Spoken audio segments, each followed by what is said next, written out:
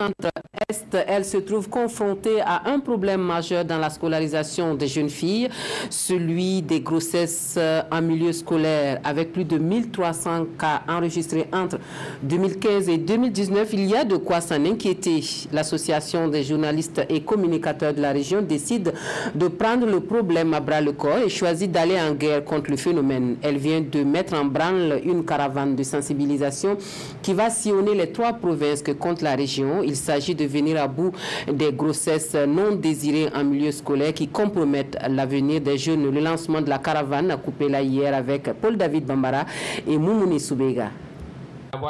Les grossesses en milieu scolaire, un phénomène qui inquiète de plus en plus dans la région du Centre-Est.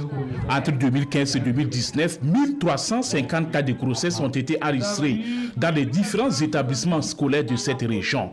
C'est pour interpeller que l'association des journalistes et communicateurs de la région du Centre-Est lance la présente campagne de sensibilisation. L'objectif, c'est de porter l'information à notre cœur de cible, c'est-à-dire le milieu scolaire. L'ensemble de ces messages seront portés sur les zones, dans les journaux, afin que les cibles secondaires puissent être atteintes. Des 1350 cas de grossesse enregistrés dans les établissements scolaires de la région du Centre-Est, le lycée Kourita totalise à lui seul 730 cas.